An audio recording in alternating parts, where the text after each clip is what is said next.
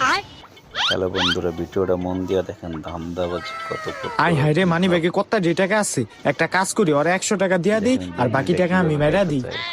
ভাই এই লো 100 টাকা দিয়া তুমি কিছু খায়া লও। ভাই আমার এই 100 টাকা লাগবো না, এখন আমি 2 দিন টাকা ধরে নেবো কিছু না। খাই না। আমার ওই সামনের দোকান থেকে এক প্যাকেট বিরিয়ানি কিনা দেন। বিরিয়ানি খাইবা? আচ্ছা ঠিক আছে, আসো দেখেন। উঠো, আয়ো আয়ো।